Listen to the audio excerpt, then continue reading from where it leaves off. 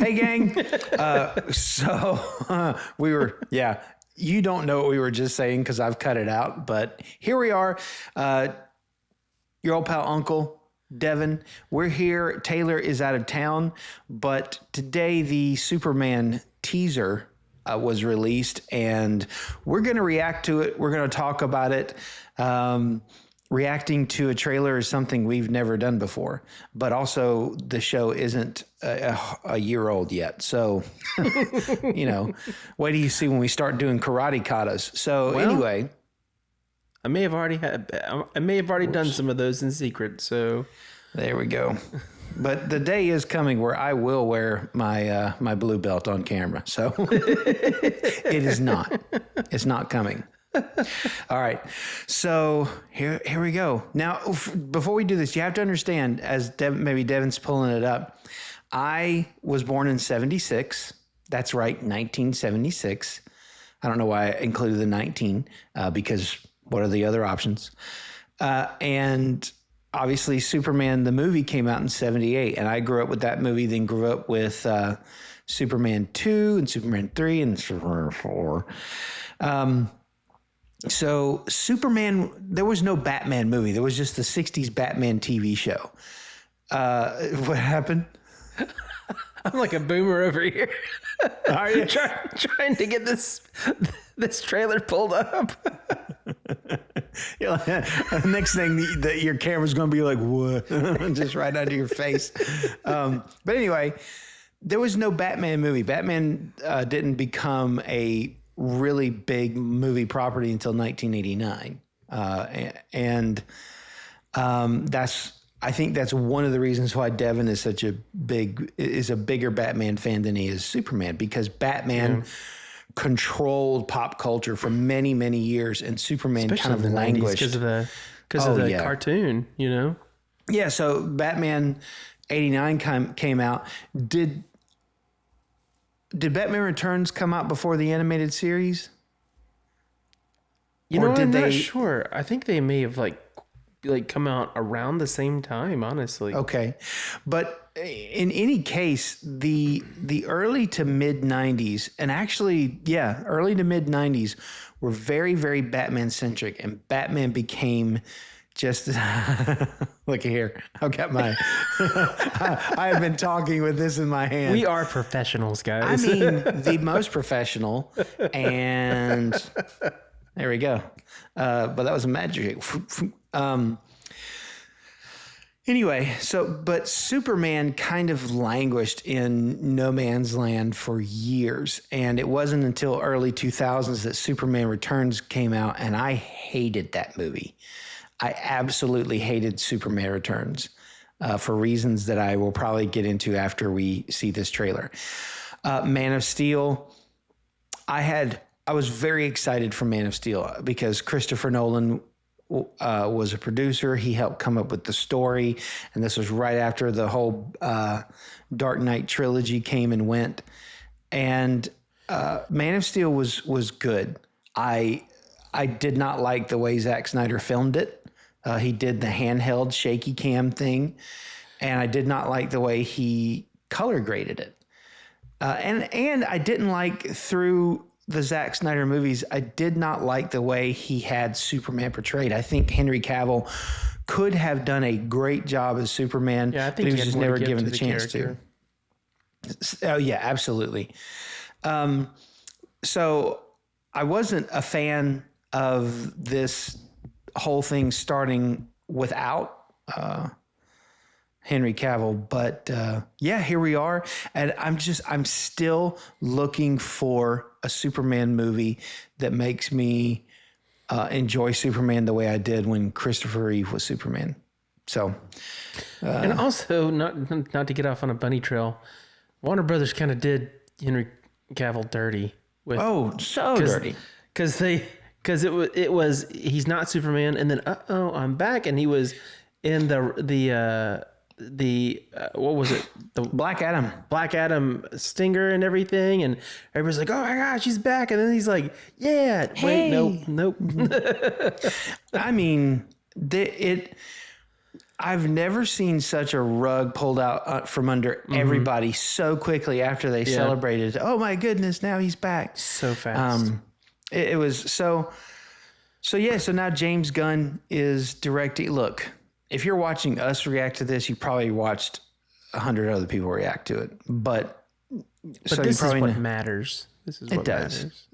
We're the dudes. It's us and you. We're buddies. So yeah, James Gunn wrote and directed this movie. I liked Guardians 1 and 2. I've never seen Guardians Volume 3. I can't watch Guardians 3. I can't either for the same reason. Yeah, I'm sorry. The animals can't. I'm not a vegan. I'm not a tree hugger, but we love animals. It's the innocence. Yeah, it's the innocence Yeah, of it's and there's some of the like Rocket sometimes reminds me of Dez, my dog. And the thing is, when Guardians, oh my gosh! All right, 6 minutes. We haven't watched the trailer yet. When Guardians Volume 1 came out, Paula and I had just put our 18-year-old cat Wilbur down, and the first thing we did after he passed, after we slept a long time, and after I got 2 bowls instead of 3 to feed the cats, and that was awful. We made ourselves get out, and we went to a couple of stores. I bought some things, and we went and saw Guardians Volume 1, and Rocket reminded me of Wilbur, our cat who had just passed. And the whole time I was just like, and then fell sound asleep because I had been up all night. I said we slept. My sweet bride slept. I held her until she cried herself to sleep. But yeah, it was sad. Superman. In the arms of the angel. But hey, Superman. It was directed by James Gunn. Yeah. So anyway, James Gunn, he gave us something to do after Wilbur passed on. So I liked those movies. I was okay with Suicide Squad. But we'll see what he does with this movie. So Devin, anything to say before we hit play? Let's watch it. Let's do this. Let's go. My son says that all the time now. Give me cues on how the volume is. Okay. That's good.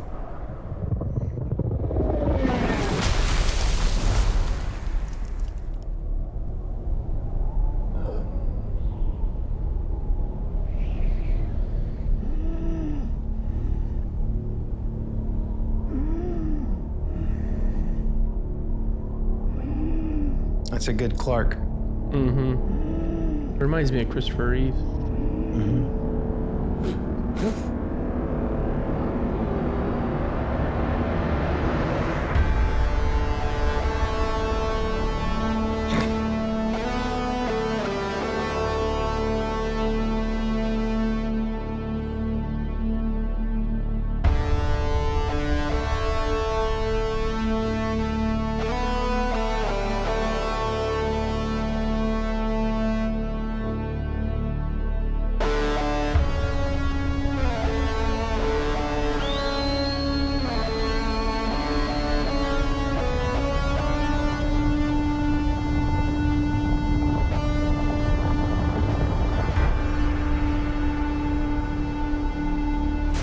Crypto. Home. Take me home.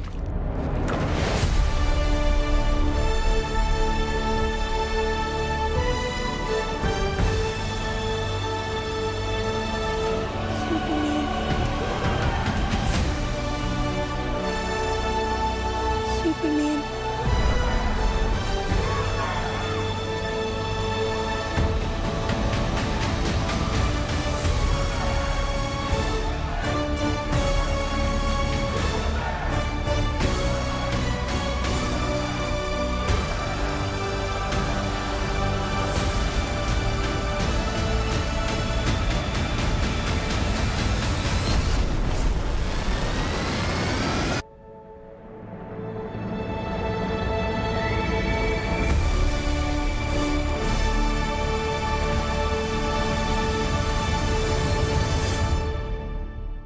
John Williams is a genius. Absolute genius.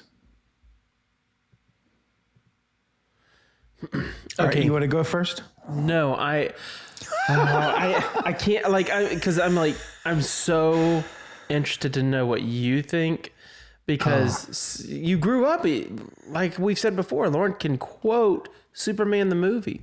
I absolutely can. I did And it tell the you other what day. tell you what noise is going to happen next. It's the most impressive thing. One of the most impressive things I've ever seen. It's like somebody quoting the Torah from memory or something. Right. If only I could do the Bible that way. I at best can paraphrase the Bible.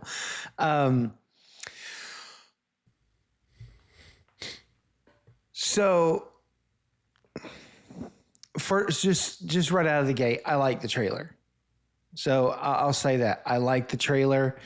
I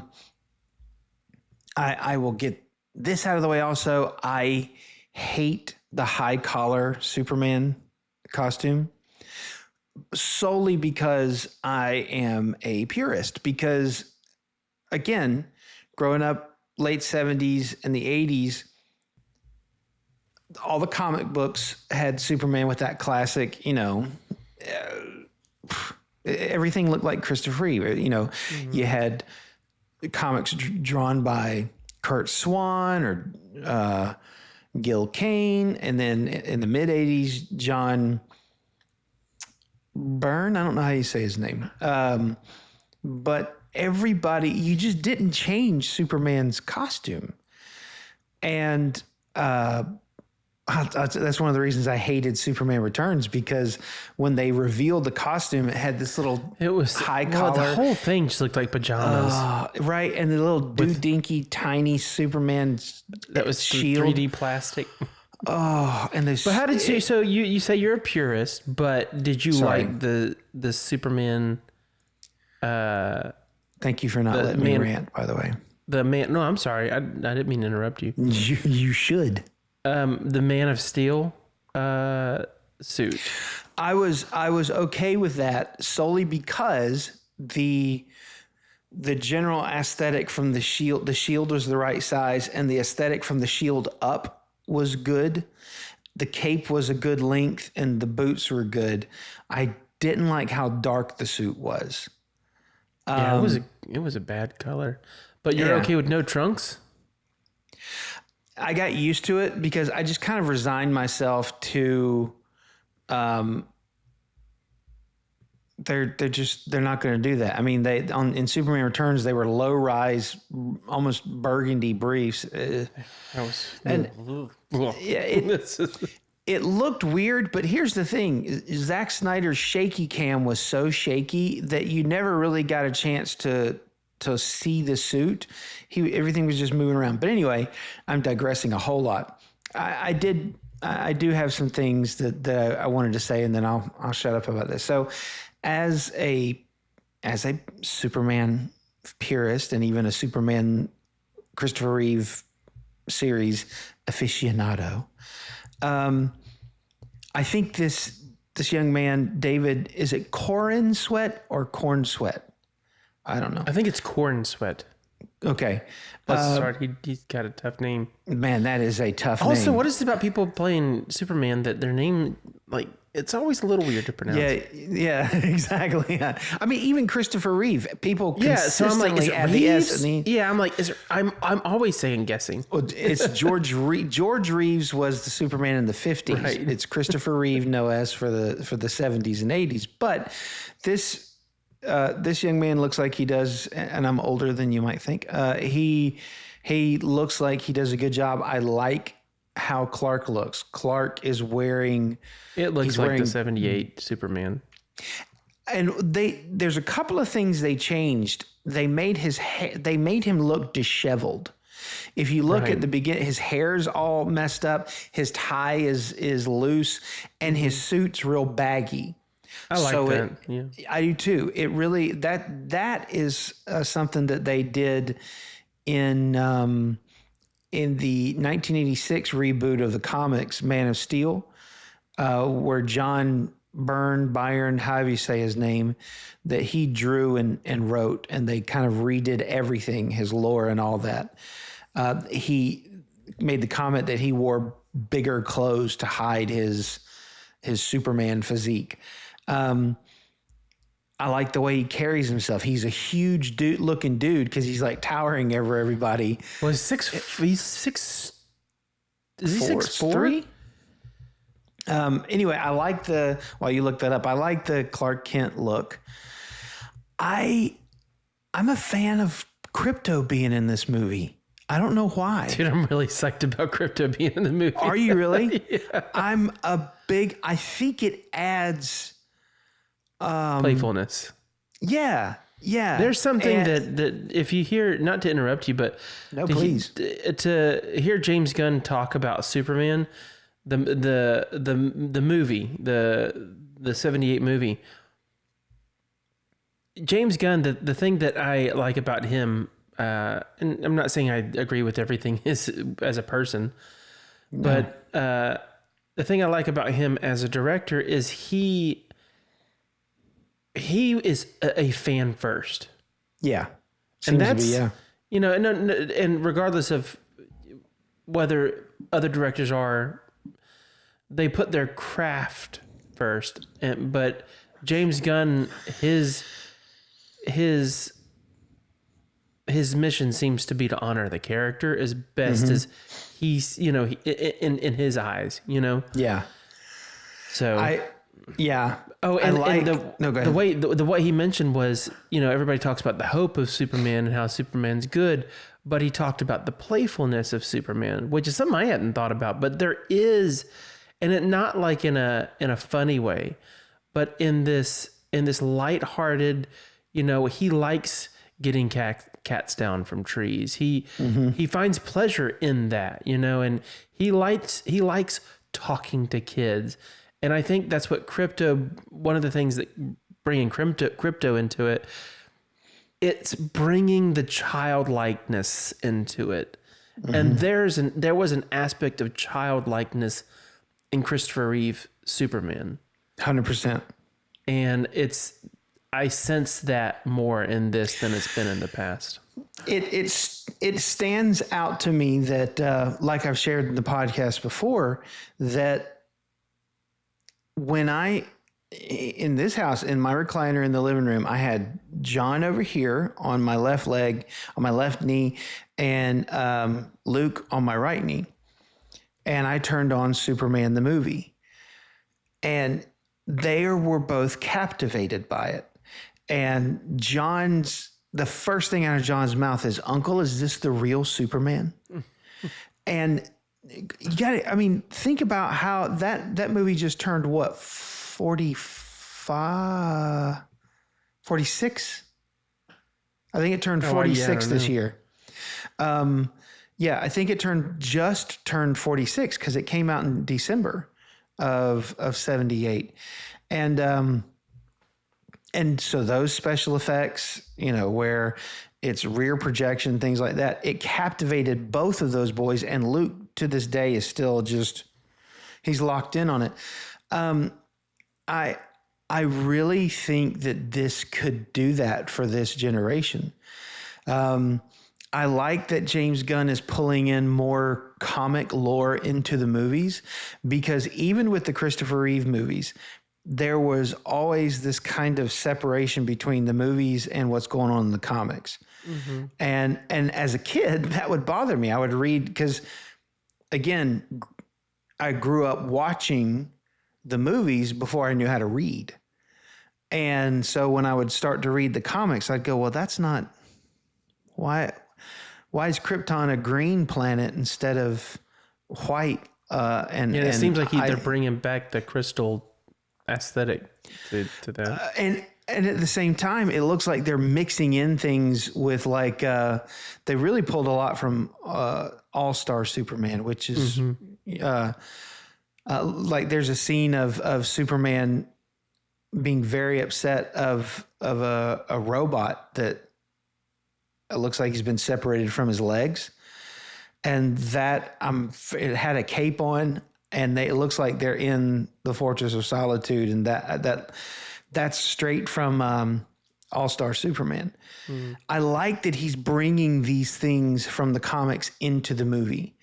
I'm a little concerned about all the other superheroes that are in the movie, but I'm not as concerned as other people seem to be. They're like, I really want to focus on Superman. I think they will. I think these are just ancillary players, and we're joining a quote unquote universe that's already in progress. We're merging into a reality that's already established. Superman is Superman. He's not as new as he's been in the other movies. While I really dislike the high collar, I like the cape a lot. I think the cape is really cool. I like the bright colors. Mm-hmm. I like the way the cinematography looks to be. Everything looks big. Everything looks. The set pieces look really, really big, really epic. And the thing is, there's a lot of action set pieces in the day, which Zack Snyder seemed to be completely allergic to. Well, they do that to save money on the CGI, and that's just just the truth. It looks really good. I think it looks good. I like established camera placement that, can sweep around, can sweep up, can be still instead of being like, oh, frenetic. Blah, blah, blah. I really, that shot of him saving that little girl. Dude, I want that on a poster. I do too.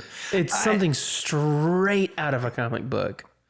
It may be the best. Now, obviously, this is from a 2-minute teaser, but so far, it's the best Superman heroic moment since him catching Lois and the helicopter in Superman the movie. I agree. Yeah. Because that moment in Superman the movie is a huge moment, and when I saw that, I was like, okay, I'm going to enjoy this, because they used the slow motion really well. It really looked great. Just a couple of things, and then I'll shut up. I had been hearing people say, "Oh, this is a real punk rock trailer," because they got punk rock guitars in it.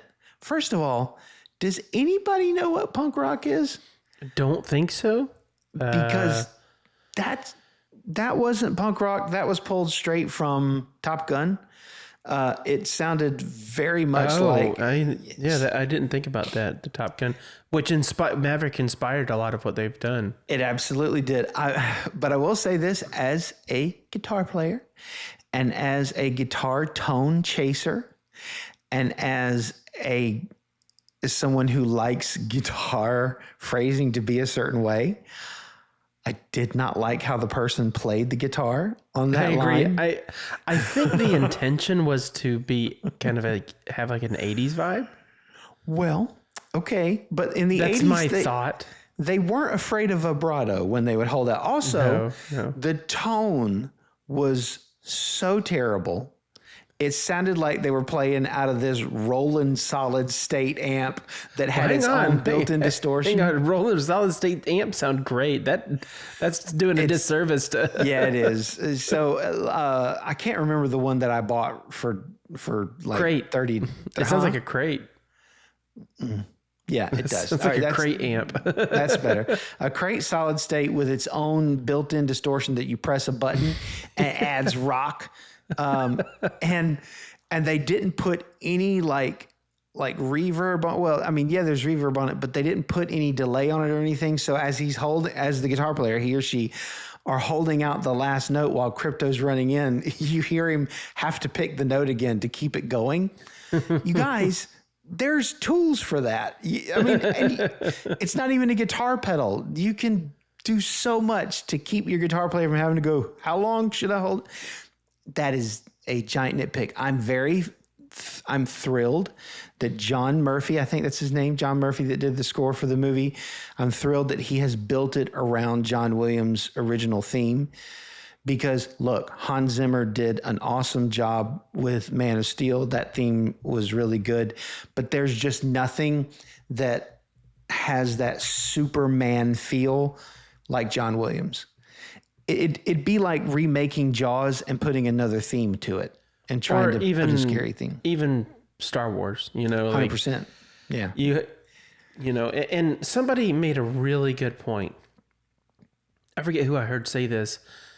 I don't mind this being, they try to come up with a new theme every iteration, but they don't do that with James Bond. James Bond just has his That's such a great point. theme song, and it may be a little tweaked or whatever, but it's always just the James Bond theme song. And John Williams is such a brilliant composer. He makes themes that are irreplaceable, and Without a doubt. yeah, and it's just it's as much attached to the movie as anything, and the character, in my opinion. Is there any other cinematic scorer that's like that? Because there are others that Danny Elfman is pretty recognizable, and he's recognizable, but I'm sorry I interrupted you. no.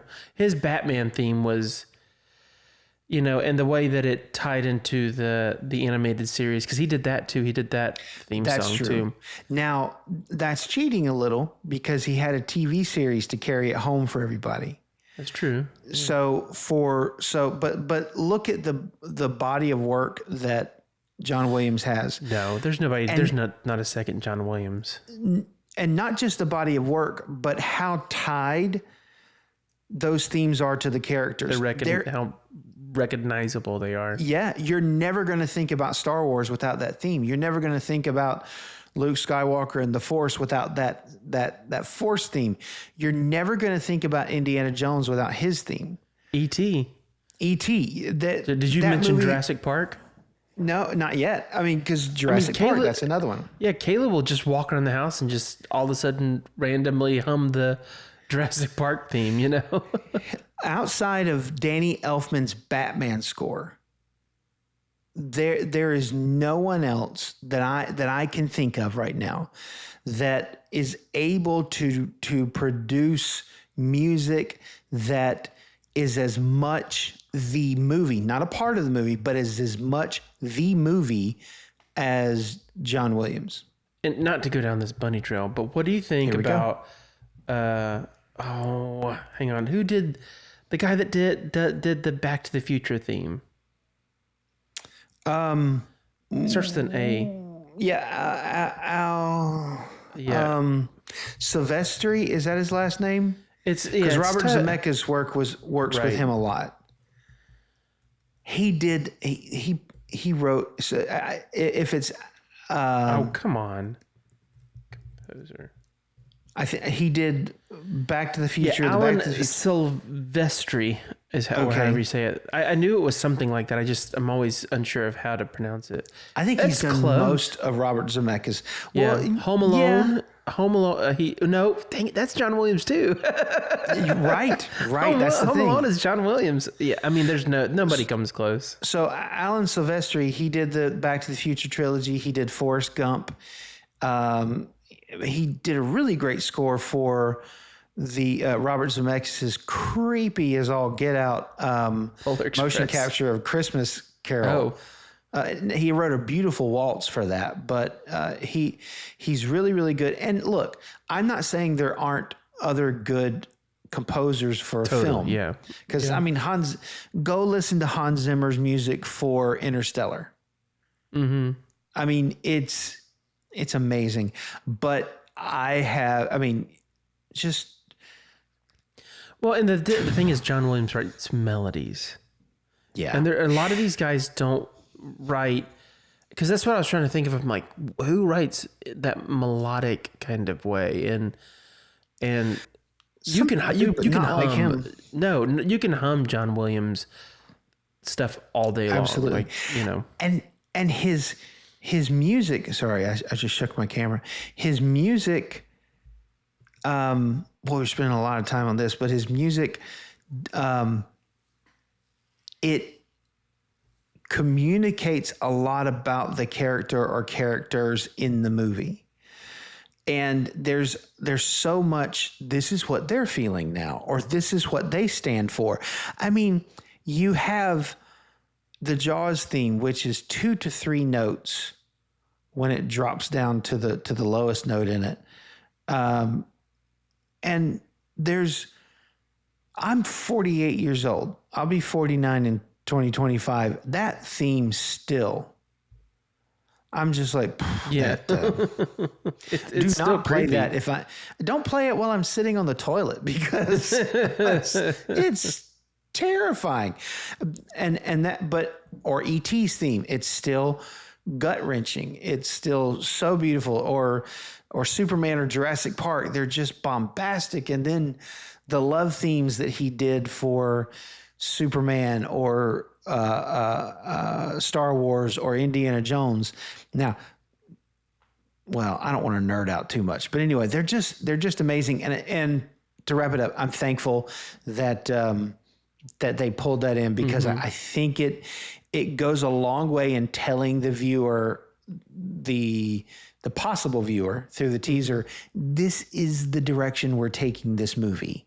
Remember the things you loved about the Christopher Reeve movies, the good ones, where that heart, that hope, that general goodness of Superman, we're bringing that back.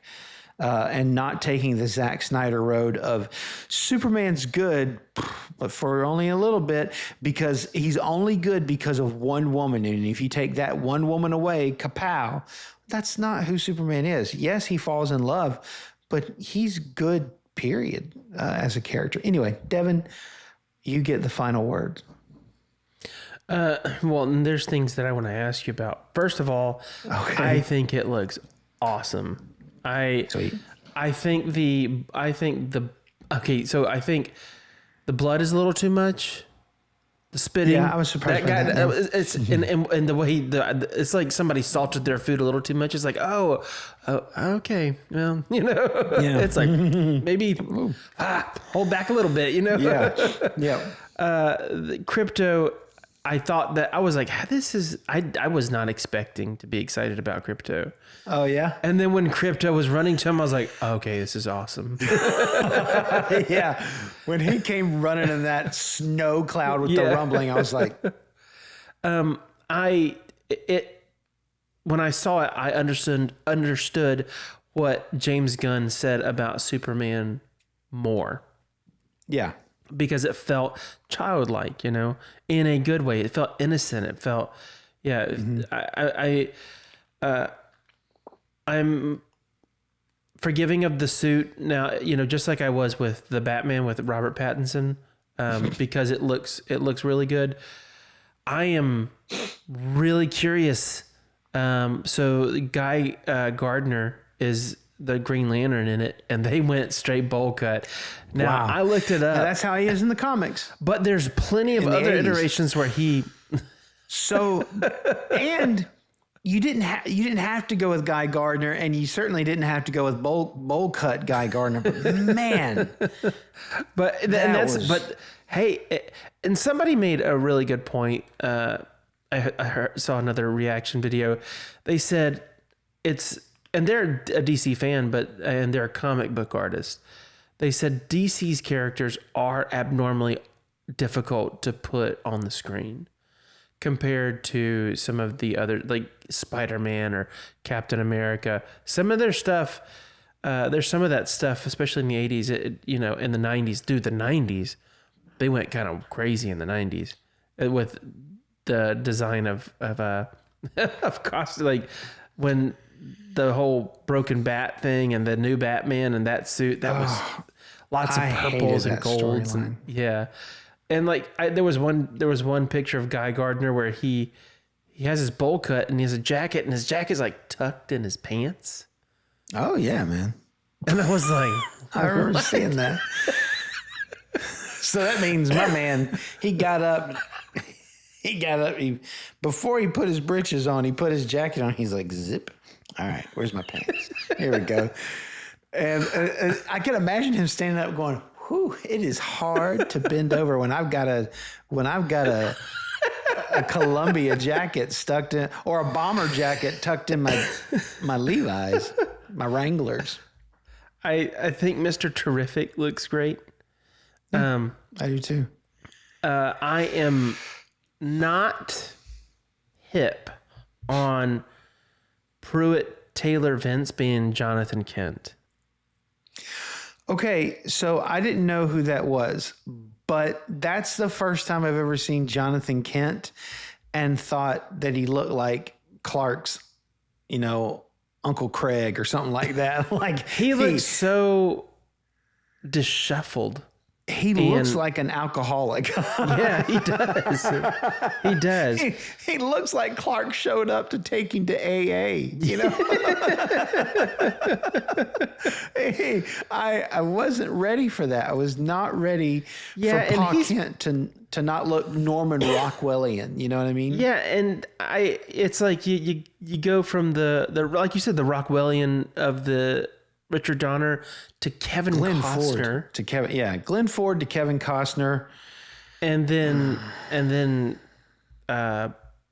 Pruitt Taylor Vince, like, okay. That was just it was an odd interesting. choice.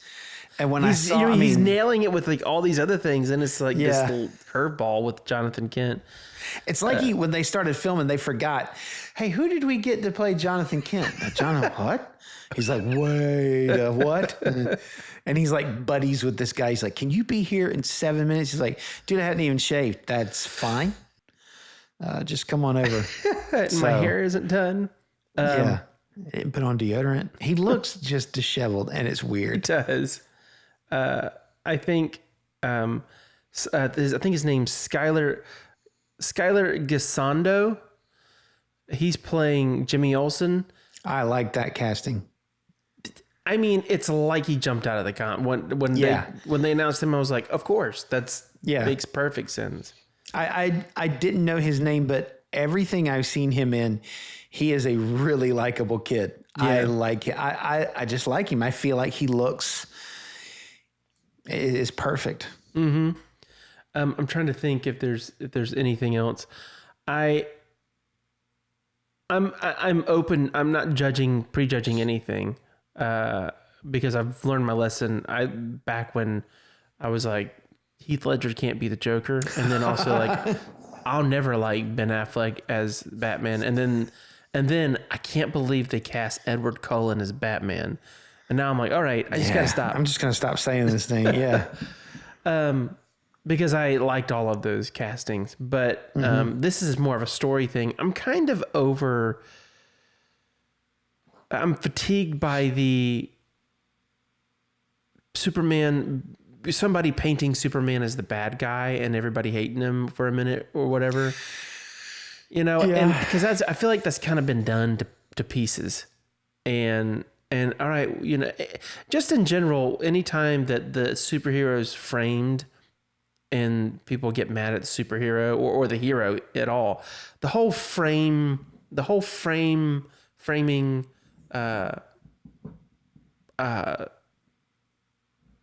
storyline is just way overdone for me. And most movies that go that route, I'm like, all right, I'm kind of already checked out. Mm-hmm.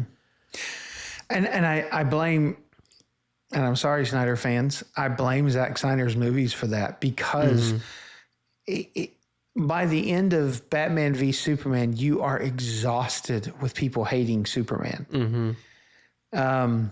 So I hope they don't harp on that too long. I don't think they will. I feel like something significant happens, which is why he's reacting the way he is. I heard someone hypothesize that, even Superman can't save everybody and something goes wrong. Mm. But if you look at what that guy threw at him, it's not like a beer can. It looks like a can of peaches or something. It does. And also I got, another like nerd, like Superman flinches. He blinks. Yeah. And he doesn't I'm flinch his head, but he blinks. Yeah. Like, how do you... And maybe it's an acting choice, like kind of like a despondent kind of thing and not a flinch. Yeah, that's a good point. You know, But I did think about that too. yeah. And to continue with the casting, I really like Frank Grillo as Rick Flag Sr. I like Frank Grillo. I think he's cool. And I am a big Wendell Pierce fan. And he's playing Perry White.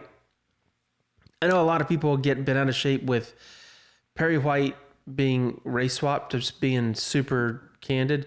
It does not bother me. I thought Lawrence Fishburne was a great Barry Stone. And Wendell Pierce, dude, he's going to crush that role. I don't. Do I know him?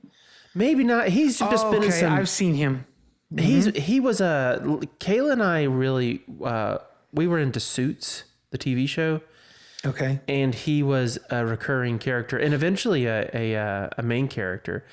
And he's got that tough, like, throwing his weight around, but not in a, like, he's just he's a cool guy.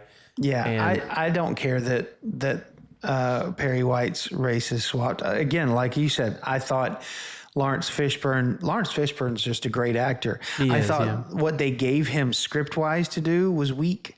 Right. But I thought I wanted more of him as Perry White, but I'm sure this guy will do great.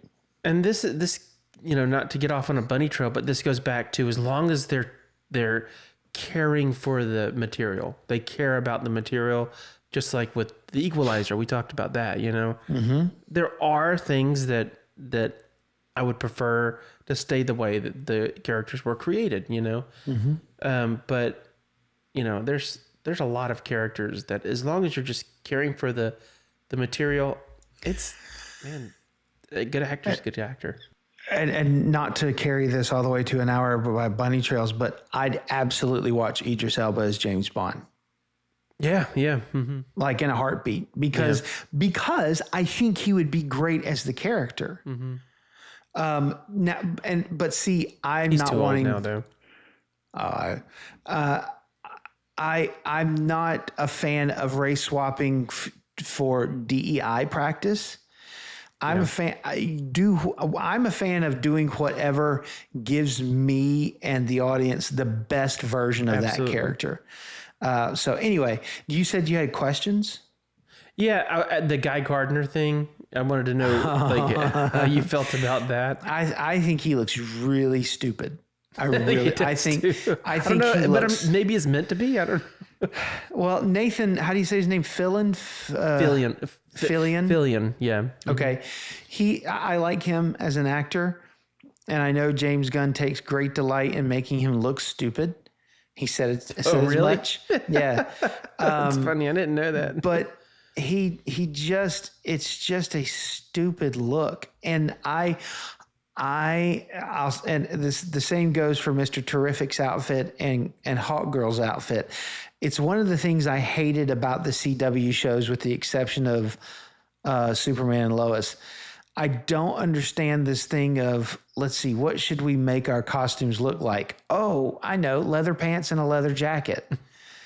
I don't understand. Now that's that. Mr. Terrific's in the comics. That's what I thought. Yeah. But and Guy Gardner, yeah, he does have a jacket, but like Hawk Girl doesn't have a, you know, she doesn't have a leather jacket and leather breeches. I'm pretty sure she's wearing a jacket. But you know, maybe they're part of a team or something, and that's what it seems like. And that building seems to. Apparently, there's some Justice League industry or storyline or something. So corporate superheroes. Okay. Yeah. Which sounds kind of boys-ish, and the boys, you know, which I've never seen that show. I've seen pieces, and it's really dark. See, I don't.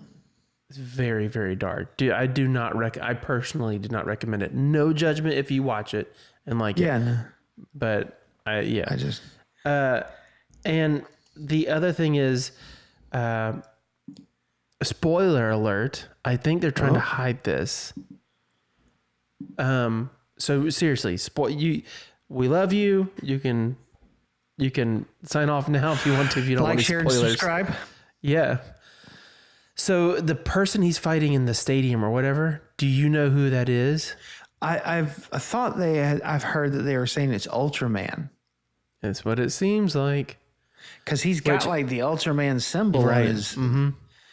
Which, because at the beginning I was like, oh man, he's all like beat up. Like, I hope this isn't an underpowered Superman, because that's Man, my other thing. I don't want an underpowered Superman. I do not want a puny Superman because when I got that Superman Returns. Right.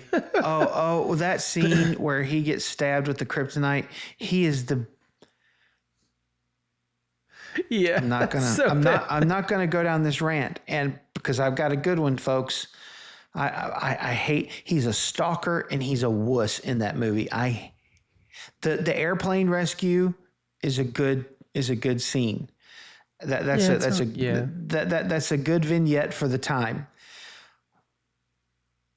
But Lordy goodness, that is a trash movie. I hate that garbage movie. But if he's fighting Ultraman, that makes sense because it's basically another Superman. Yeah. Yeah. According to what you're looking, which timeline it is, I think one timeline it's a clone, and another timeline is actually Superman from another universe. Right? Yeah. Yeah. So that makes total sense that he is beat up. Yeah. And because I like Nicholas Hoult as Lex Luthor, by the way. Yeah, I think he's just a good actor. I think he's going to do. He's going to do so much better than what's his face from Batman v Superman. What's his name? Oh, Jesse Eisenberg. Yeah. Hot take. I like Jason. I like Jesse Eisenberg as Lex Luthor. I liked his take. I don't know why. It was the quirky, like weird billionaire. I just liked it. I like that better than. Man, Lord, I know my brother's love for me is unconditional, but just don't let him be mad at me. Are you going to say Gene Hackman? I like it better than Gene. Wow. Okay, folks, thanks for joining us. Also, thank you for joining us for the last episode of anything on this channel. No, okay, so Gene Hackman, and he admits that he didn't know anything about the character. He got a little hammy sometimes. You didn't think Eisenberg got? That's why I didn't like his take. Eisenberg was hamming up like autism. Well, okay, and that's my hot take, and I am in the minority with that, and I know that. But I support your hot take. I really liked The Social Network. I thought The Social Network was like a modern classic, in my opinion. It was so. I like Jesse Eisenberg in just about everything else. I thought he was great in American Ultra. Have you ever seen that? I don't think I have. You see that movie? That's a fun movie. Where he gets he's programmed and all of a sudden, I'm not going to spoil. That's a fun movie. And then he was in this science fiction horror movie that I just Valerium or something like that. That was a weird movie, but he did a good job in that. I liked some of the choices he made, but there was a point where a lot of the twitchiness got on my nerves. But here's the reason I think Gene Hackman did a good job. It's because Tom Mankiewicz writing was really great. Yeah, and that's not to say I didn't like it. I know. Yeah, it's just, but I'm hoping this Lex Luthor is more. He just take him a little more serious, and he's just this captain of industry that is charismatic and just kind of menacing, like how what's his name, Clancy Brown, voiced him in the Superman cartoon. Exactly, yeah. An epic take on that character. Yeah, that's kind of who Lex Luthor is. This is almost an hour long. That's who Lex Luthor is to me. He is very serious, and he wants to be president, and he is smarter than most people in the DC universe, and I I think it's Grant Morrison who said that they're mirrors of each other, Superman and it's kind of like Batman and the Joker. They're mirrors of just in a different way. The Lex Luthor is not good, but he's brilliant, and Superman is supposed to be as well. Lex Luthor is not innocent. Superman is, and he's in the cartoon he was physically intimidating. That's another reason I didn't like Jesse Eisenberg, because I can see that for sure. His villainy was born out of a parent abusing him and him just hating Superman because Superman was bigger and stronger, or I guess. And Jesse Eisenberg's Lex Luthor hated God. Right. And he projected that on the Superman. I mean, okay, I guess I get it, but I really thought that was a stupid way to frame Lex, because it didn't make him powerful. Yeah, I would agree with that. I would, it made him frightening. Yeah, I think that absolutely see what you're saying. I think, and the thing that I did like is what you said. It made him more intimidating because he was unpredictable. Yeah, but I agree with you at the same time. Once you see the unrated cut or whatever of Batman versus Superman, you see his full plan, and so that makes him more in control, and he's got a larger plan. His plan was kind of stupid if you really step back and look at it, and his motivations were really they didn't make sense. But for me, the worst Lex Luthor of all time was, can you guess? Kevin Spacey in Superman Returns. So bad. It had the opportunity. The guy is gross, but he was a good actor. And had the potential to be a good Lex Luthor. And even the Lois Lane in that movie, she had more forehead than anybody she had more forehead than bald people. It's just, and then she's I think married to another guy, and Superman just stalks her, and he's like, "Yeah, that was a weird movie, man." And you look who directed it now with all the stuff that's come out about him. Yeah. What a piece of garbage. Anyway, sorry. Anything else? But I'm still excited about. You know what? I think it's going. I'm hoping it's going to be good. Hoping they stay out of the woke stuff. Hoping they stay. Just stay middle of the road. Keep it playful and childlike. And I want to take my son to see this. I was excited that this looks like something I might be able to take my son to. That really excites me. That's what I thought as well. I want to, and I'm not trying to insert myself into your father-son things, but I want to go with my brother, my brother-in-law, and my nephews, and I want to go see this movie. And I want the boys to see this movie and experience a Superman for them that has no agenda, that has no woke, degenerate garbage in it. And I just want something that's fun and entertaining and hopeful and great. And that's what this trailer looks like it could be. And I really hope they deliver on it. Yeah, I agree. I wish I could be. Yeah, I wish. I'm so burnt by everybody, though. I know. It's the only thing that keeps me from going, oh my gosh, I'm so excited for this movie. I cannot wait for July 11th to get here. It's because they have done the bait and switch over and over and over and over again. Yeah, and I don't think he did anything woke with Guardians, if I'm not mistaken. I don't think he did either. There wasn't anything woke in Suicide Squad, but in Peacemaker there was a moment of wokeness. What it was like a little like blink, but it was there, and it ruined it for me. It frustrated me. It flat ruined the character for me, to be honest with you. And then Creature Commandos, which James Gunn is not doing, but he is overseeing it. They still haven't open watched up. They open up with a parody on conservatives, and I'm just like, man, I turned it off immediately. I'm like, man, come on. When are Disney's learning their lesson? When are people going to learn?